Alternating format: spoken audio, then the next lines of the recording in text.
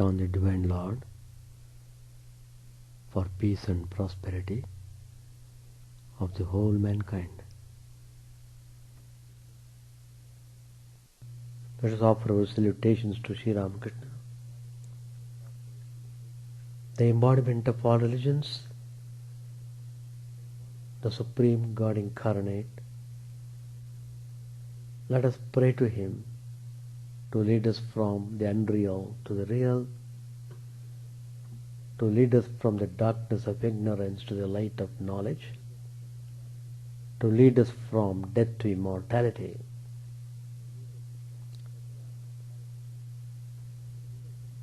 We are discussing profound teachings of Sri Ramakrishna taken from the Gospel. If we are really aspiring for spiritual achievement, we should apply all the instructions given by Sri Ramakrishna in our daily life. So it means one has to be aware of one's spiritual identity, which is really real, and one has to struggle to enter into spiritual realm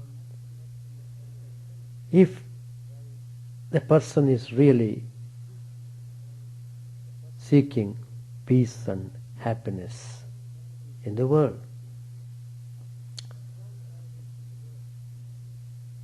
As long as the mind is allowed to run after the things of the world,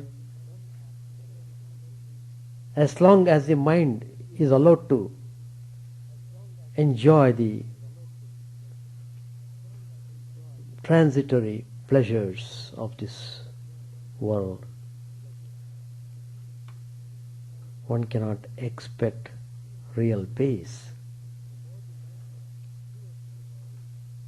The more the mind runs towards the world, the more you are away, far away from the Divine Lord.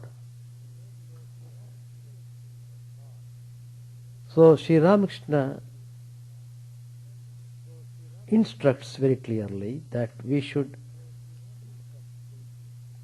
turn ourselves to God.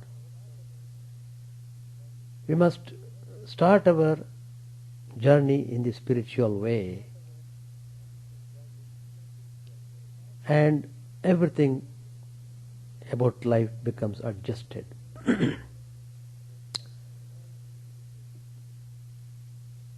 Well, every page has got specific spiritual teachings, very useful for the spiritual seekers. Once a devotee by name Shrish, he came to Sri Ramakrishna. He was in a terrible state of helplessness. He was in a position from where he could not get out of it. So in that condition, he was coming to Sri Ramakrishna. Looking at him, Sri Ramakrishna could know what was going on in his mind and how he was restless and not happy. But he was fortunate enough to come to Sri Ramakrishna, the master of spiritual realization,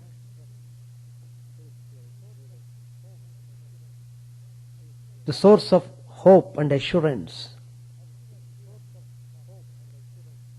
As soon as Sri Ramakrishna saw him,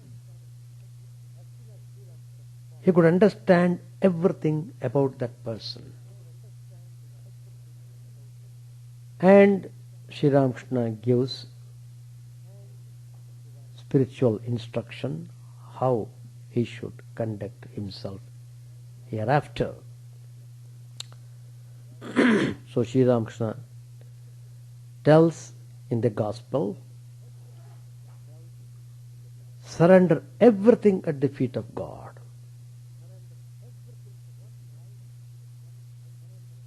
This one line, this one ideal is enough for you to take to God. It gives you everything, not only spiritual knowledge, but also spiritual realization. That means you will get remarkable peace and happiness. Mayarpita mano buddhihi, Lord Krishna says in the Bhagavad Gita. Give your mind, intellect.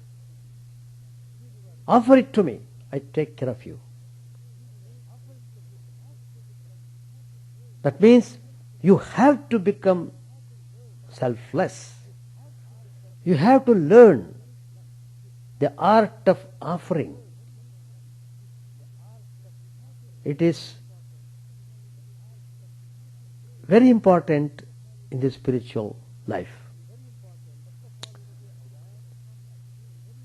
First of all, you must be aware that you are seeking spiritual knowledge. So, with that attitude, everything becomes easy. But you have to be very strong and determined in order to pursue the spiritual path. Because all through previous lives and also the present life, how the mind is splitted into so many fragments, getting stuck up in all sorts of things going on in this world, as if this world is the only reality. So, suffering we are undergoing because we allowed our mind to go towards the unreal things, so we are suffering. There are so many ideals, but in a very simple and effective way, Sri Ramakrishna sets the ideal for us. Don't feel sorry that you can't practice meditation, you can't concentrate, you don't know how to offer worship. You may have all sorts of weaknesses, all sorts of difficulties, but Sri Ramakrishna says there is a way, and that way is surrender totally. Surrender yourself totally. What else can you do? And Sri Ramakrishna tells him further, give the Lord the power of attorney. Let him do whatever he thinks best. If you rely on a great man, he will never injure you. And Sri Ramakrishna gives the example of a cat and its kitten. The kitten of itself cannot cling to its mother. It lies on the ground and it cries, mew, mew, mew. Just it does that, that's all. It leaves everything to its mother. The mother cat is totally concerned about the kitten. Its whole mind is on it. It has taken full responsibility of guarding, nourishing, the kitten. So it sometimes puts it on a bed, sometimes on the roof behind a pile of wood. She carries the kitten in her mouth hither and thither. The kitten doesn't even know how to cling to the mother. This is the finest example of surrendering totally. In the same way, Sri Ramakrishna says, what you have to do, just like the kitten, you have to cry to God with a yearning heart. That's all that you should do. God hears your cry and He can't keep Himself away, and He reveals Himself to you. So Sri Ramakrishna's instruction is very clear and it is very profound. So what is needed is, one has to surrender sincerely. There is another devotee. His name was Adhar Sen. Very great devotee of Sri Ramakrishna. He was relating the cause of his friend's grief to Sri Ramakrishna. And Sri Ramakrishna said to him, all these things are in the Gospel. I am just taking from the Gospel so that this theme is explained nicely. The Master said to him, what can you do? And Sri Ramakrishna says further, be ready for death. Death has entered the house. You must fight him. How? With the weapon of God's holy name. God alone is the doer. And Sri Ramakrishna says, I say, O Lord, I do as thou dost through me. I speak as thou speakest through me. I am the machine and thou art the operator. I am the house and thou art the indweller.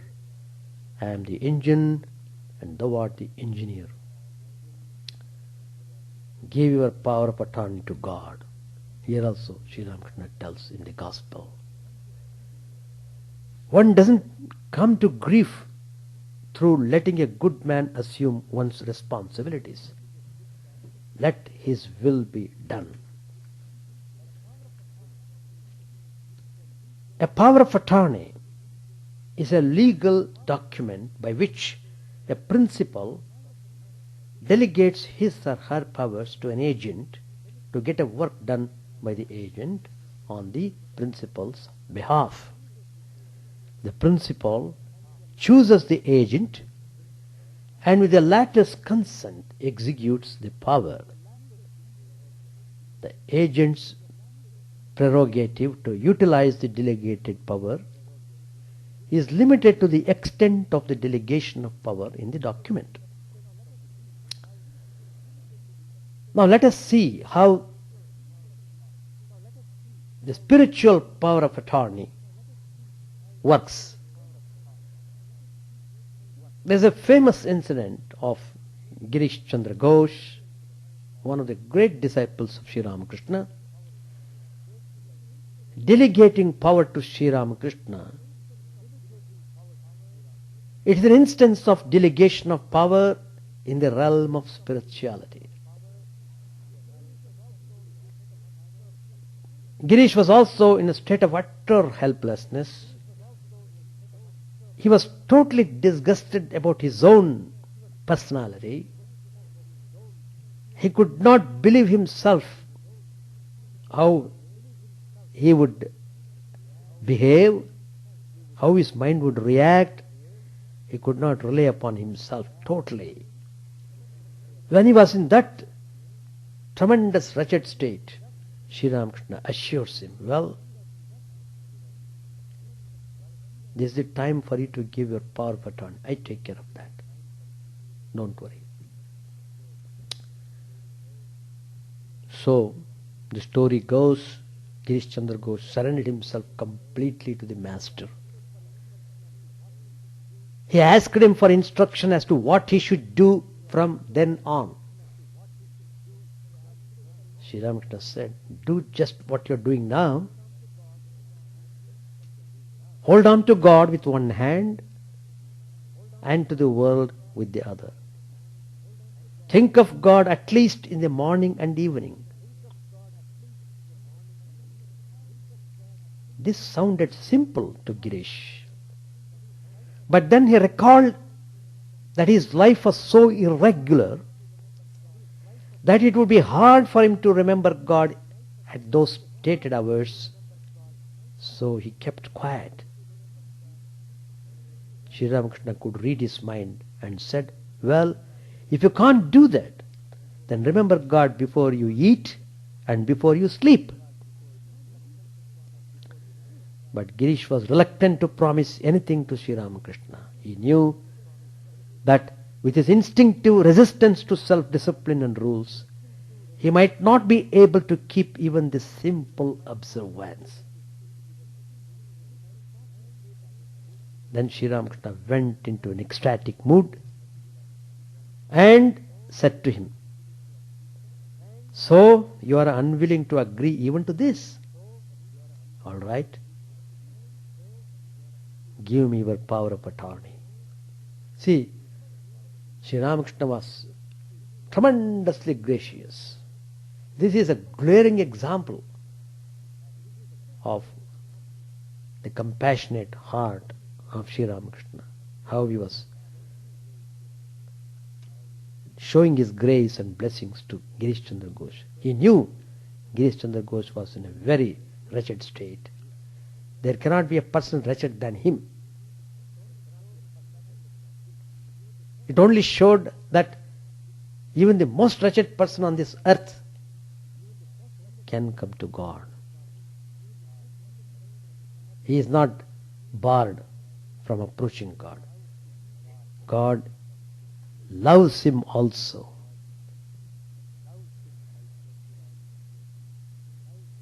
So Sri Ramakrishna says, give me your power of attorney.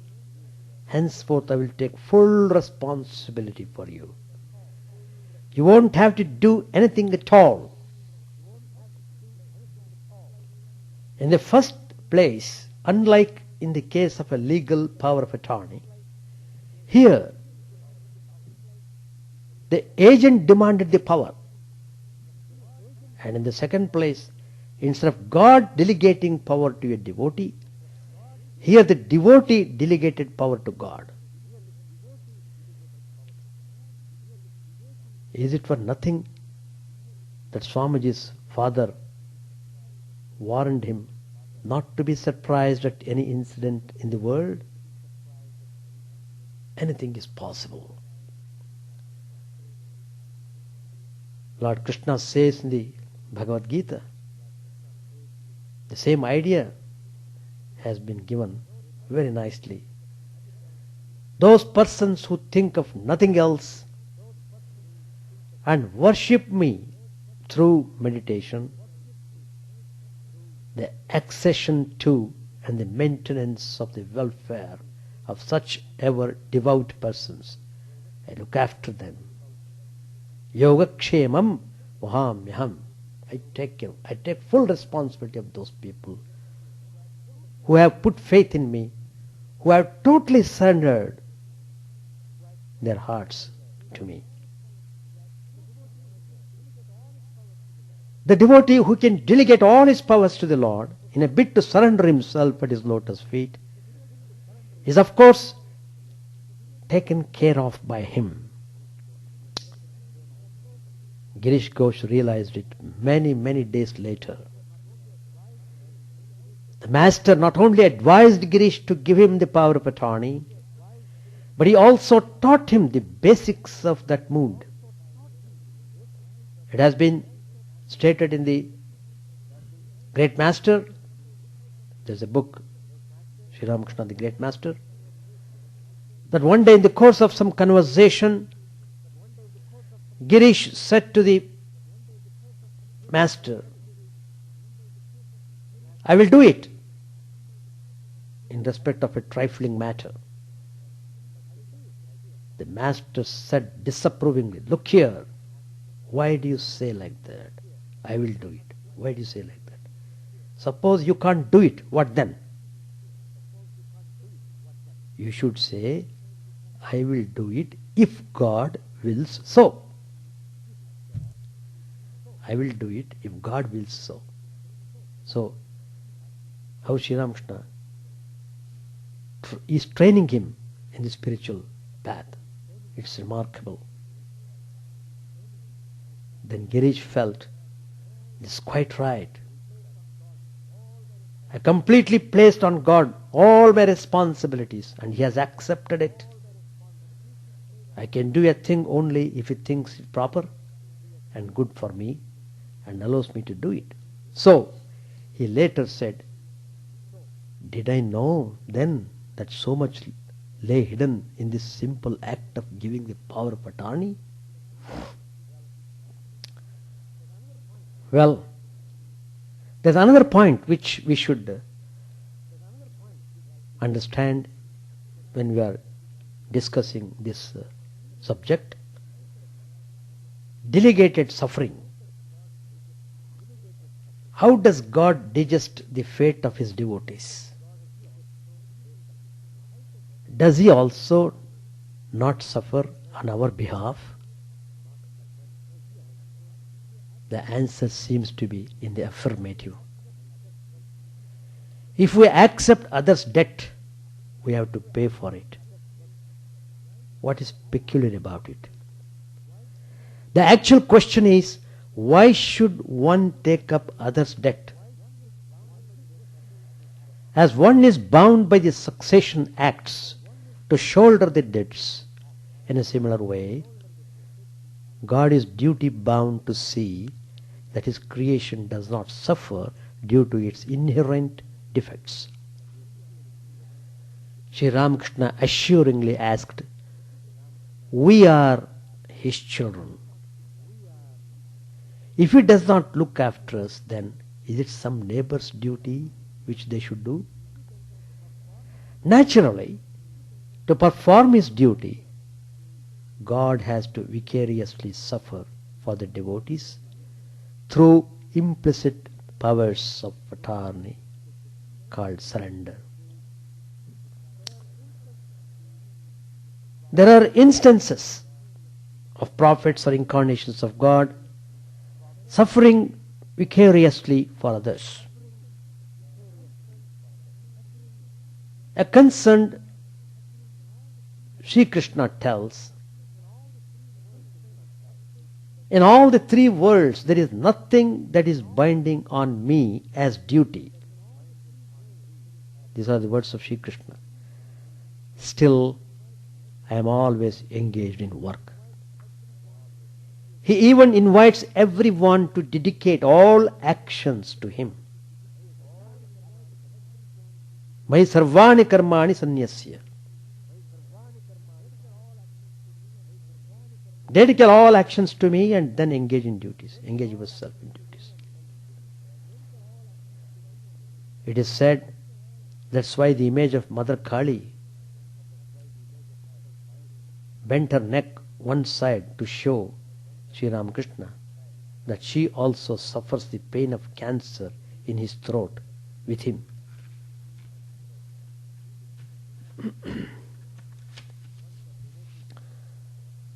Once a devotee had a nice experience.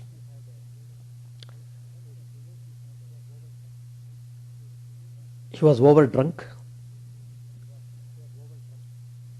and he was in great intoxication. He stopped his carriage before a house of ill fame and went up the stairs. At the head of the staircase, before the door, he found the figure of Sri Ramakrishna standing there, obstructing his way. See how God saves the devotee at the crucial time. A devotee of Krishna used to water a fig tree during summer days.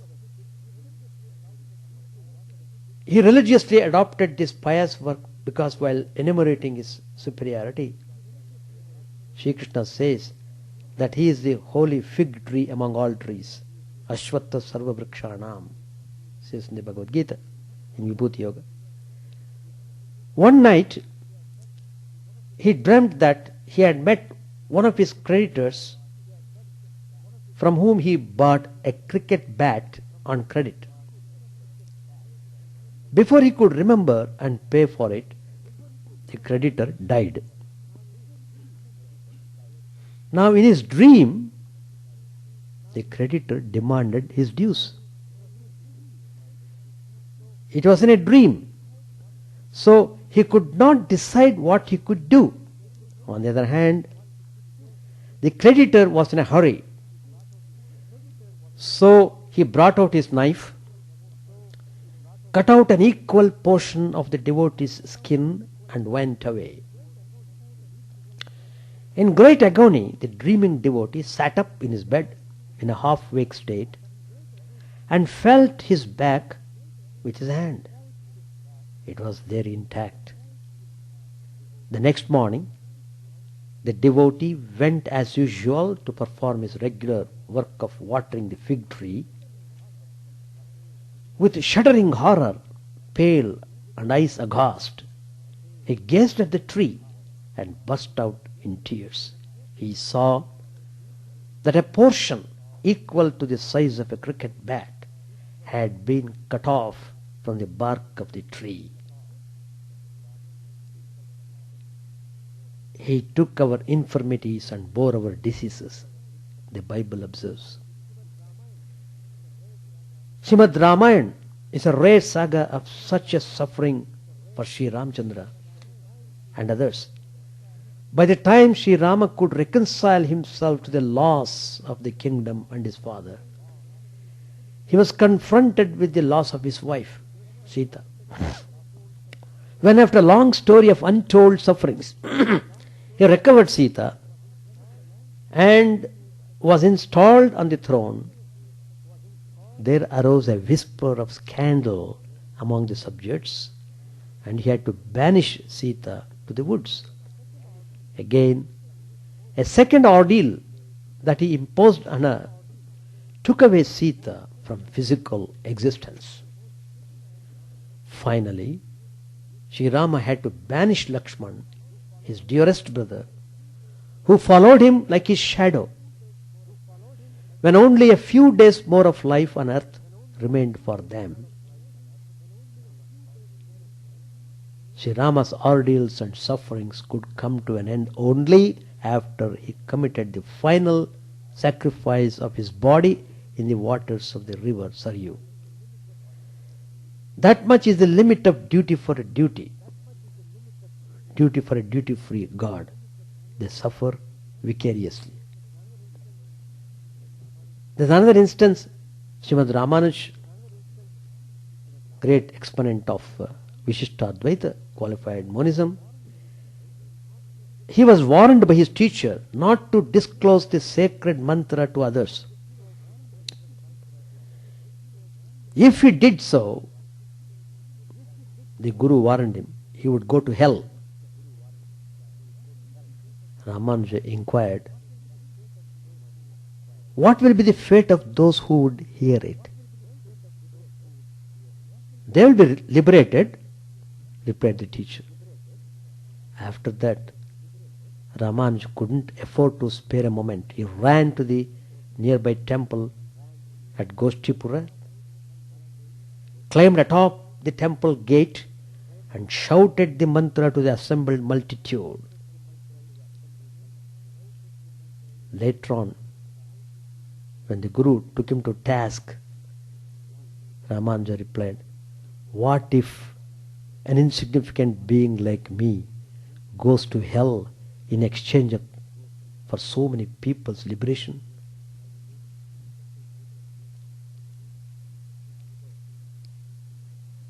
So, Atmanastu Kamaya Sarvam Priyam Bhavati. We love all because the same Atman resides in all.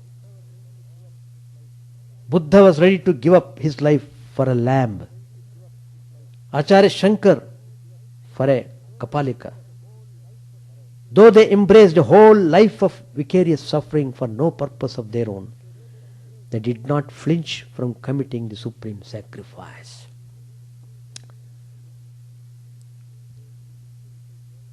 They say in the spiritual world, a guru has to suffer for the disciple. Sri Ramakrishna cautioned the gurus, saying, Guru must assume responsibility for the disciple's sin and suffering. Both the guru and the disciple are required to be sincere. Otherwise, it will be like a blind man leading another blind man to an almost sure destination of a ditch. Swamiji observed, Swami Vivekananda, it's very difficult to be a guru. The guru has to take the responsibility of the disciple.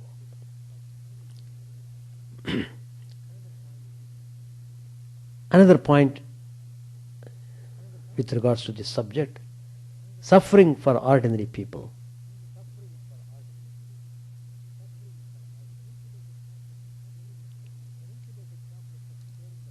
An intimate example of such sharing of suffering can be found in the life of the Holy Mother. Like Kisa Gautami coming to Buddha for her dead child's life, a bereaved mother rushed to the Holy Mother, wailing for the death of her young son. The Holy Mother could not contain her own emotions. She burst out in a louder cry. So for some time both the mothers wailed.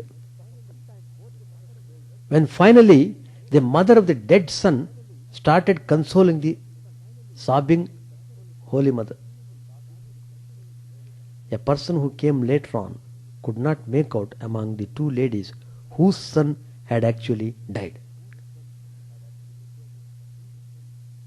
Vicarious sufferings is therefore not a mystical fantasy, but a practical reality. A life guided by spiritual motivation aspires for a quicker termination of transmigrations. It actually happens that a spiritual aspirant minimizes the number of rebirths, that is, the number of different future bodies. Hence, the intensity of his suffering in this body grows. On the other hand, the scriptures say that all sufferings pertain to the body only and not to the Atman. As a result, the present body has to suffer for those future bodies whose prospects have been deliberately annulled. The suffering of the present body is, therefore, a vicarious suffering. Yet we do not hesitate to undergo them because we naturally feel they are our personal responsibility, having the same soul destined to reside in all these future bodies. If we go a little deeper, we find the same self reflected or apparently fragmented in all the souls, your soul, my soul, and all other souls. The unity felt in a community life is derived, though unknowingly, from this feeling. So we do not repent to adjust and suffer with one another. Adjustment is also a vicarious suffering for both the parties. Now the obvious question may be asked, how to get rid of this suffering? The only feeble answer that comes to our mind is by suffering only. It can't be avoided, but endured gloriously, even as all large-hearted people do. Swami Vivekananda, on the contrary, invited such suffering. He said, "May I be born again and again." and suffer thousands of miseries so that I may worship the only God that exists, the only God I believe in, the sum total of all souls, and above all, my God the wicked, my God the miserable, my God the poor of all races, of all species, is a special object of worship, my worship. It is a special object of my worship. It is for this reason that he is competent to exhort. They alone live who live for others. The rest are more dead than alive. Even if all sufferings are not virtues, suffering for others, being noble, is bound to add to our virtues, which are not so easy to acquire. We can simply plunge into it without the least thought of calculations or bargain. All conditions of a power of attorney fail here, because it is no less a birthright to us than natural inheritance. It is the nature of our very being, and we should pledge to achieve it at any cost. All sacrifices or sufferings or austerities. But by selfish work, it is less a sacrifice than gathering impurities on our pure being. The Gita stresses the mutual cherishing, parasparam bhavayantaha. A sacrifice on the part of each member of the community. Those who are self-centered are the sinful, but those who are engaged in the welfare of others, sarvabhuta hiterataha, are the blessed. Service to others, therefore, is called yajna. The householders are advised by the Vedas to perform 5 great sacrifices. One is Brahma Yajna, that is imparting spiritual knowledge to aspirants. Second, Pitri Yajna, offering oblations to the ancestors. Then Deva Yajna, sacrificial offerings to gods. Then Bhuta Yajna, offering to all created beings. Then finally, Nriyajna, that means showing great hospitality to the guests who may seek shelter with the householder. If we can live up to it, life itself becomes religion. The secular life is transformed into a sacred life, which is envied even by the gods. So, how much of spiritual significance is there in this ideal? Surrender everything at the feet of God. Let us meditate on this subject deeply and take practical steps so that you really experience peace and joy in this life. Page 747. After a while, Sri Ramakrishna said to him very humbly, "Will you kindly bring him here?" He was referring to Girish.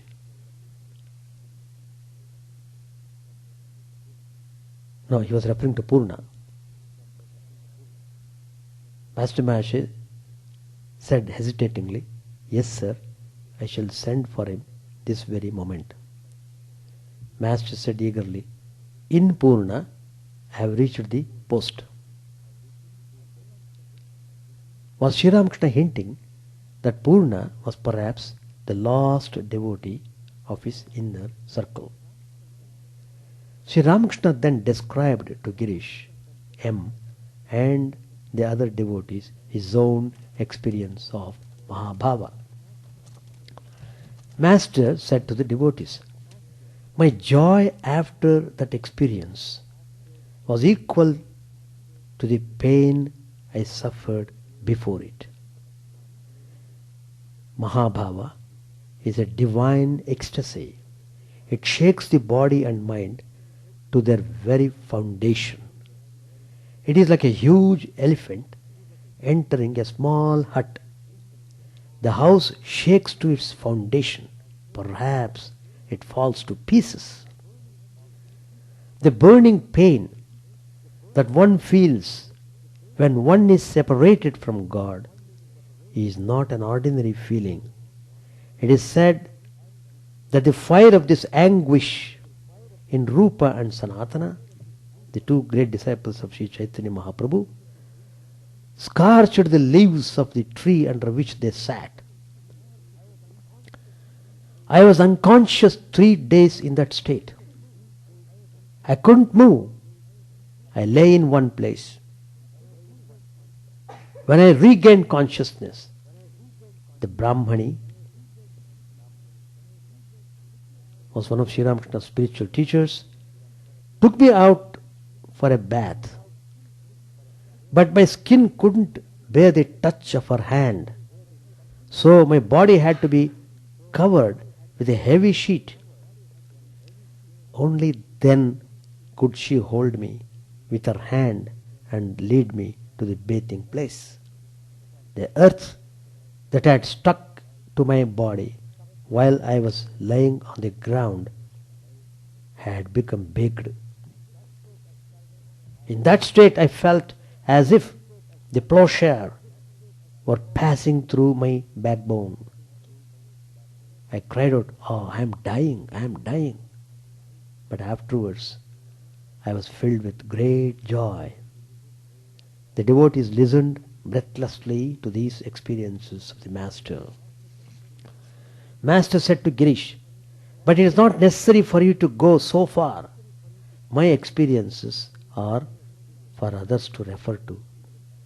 You busy yourself with 5 different things, but I have one ideal only. I don't enjoy anything but God. This is what God has ordained for me." Smilingly, he said, "There are different trees in the forest, some shooting up with one trunk and others spreading out with 5 branches.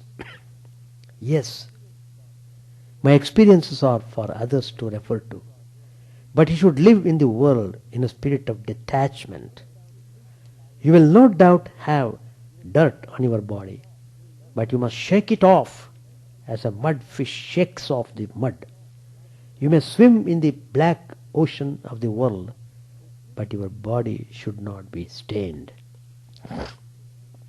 Girish said smilingly, "But you too had to marry."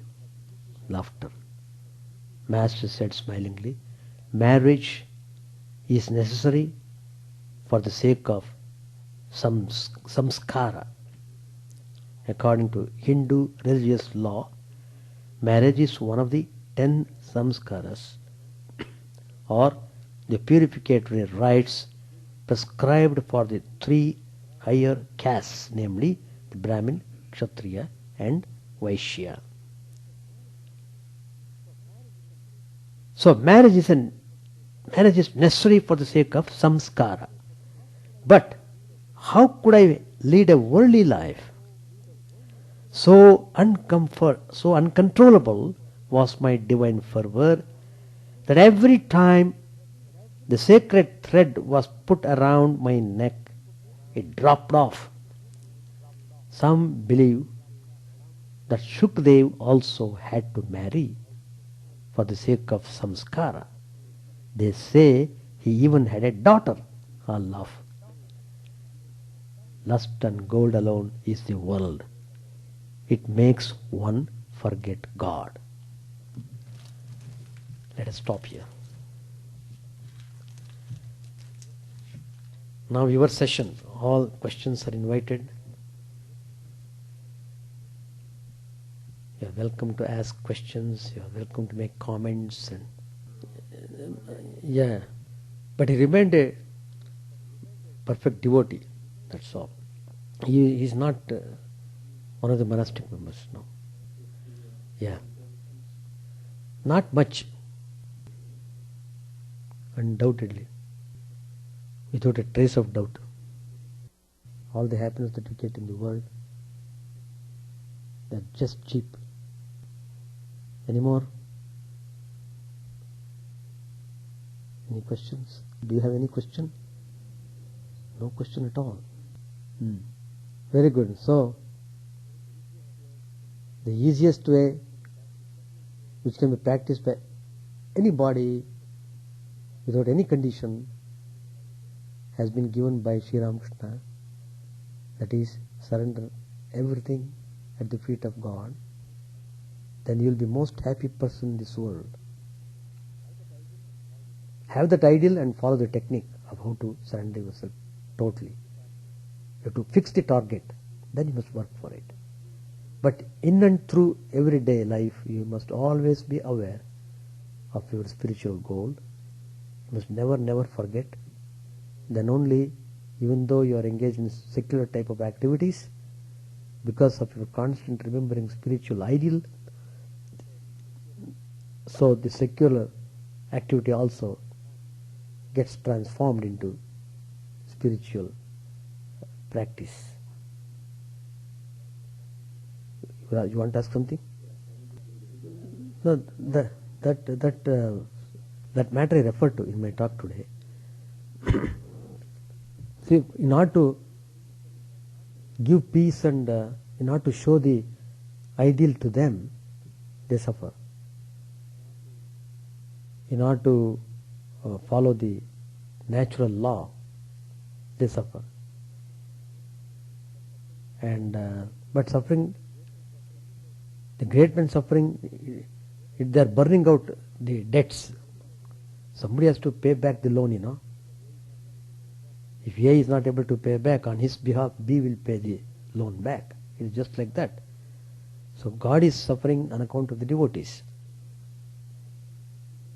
And so that is the way how the devotees would feel tremendous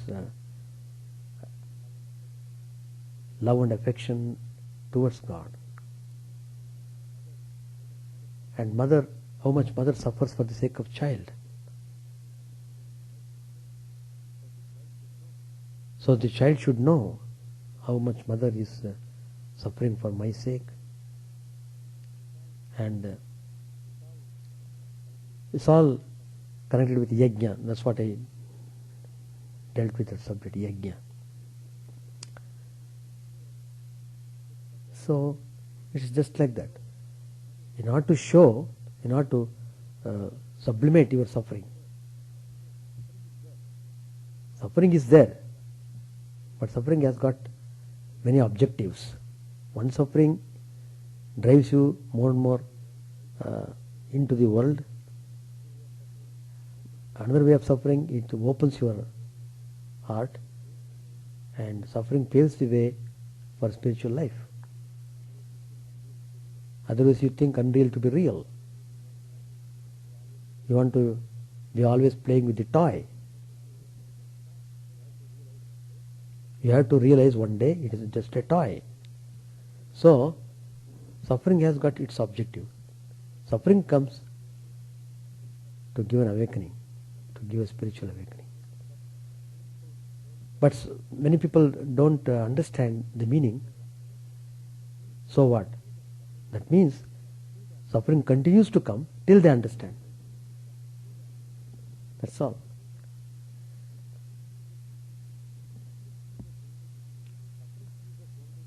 Suffering sees us only when you realize the reality. Until then, in one way or other, you will be suffering.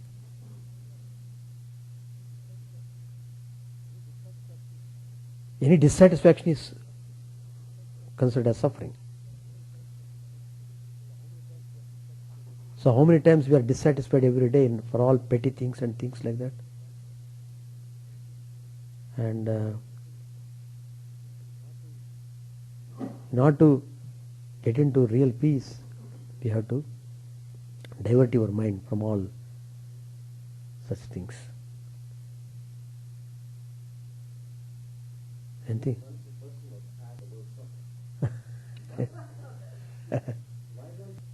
That only shows that they have to become selfless. Everything has to go through proper training, or it will stop.